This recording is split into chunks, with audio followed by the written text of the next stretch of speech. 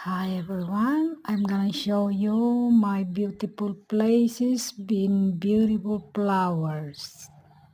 In that's garden, in that's my flower, and this is my garden down.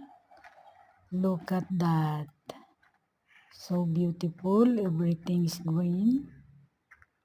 And this is 2 weeks ago when I'm planting them.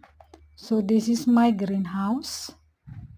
Garden house, so there is flowers as well, and look at the vegetable, they are all green, they are beautiful in green.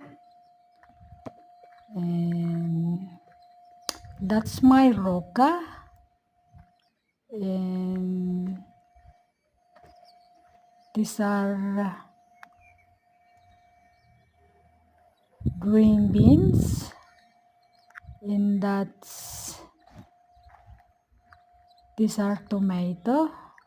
Everything is good, so they are very green now.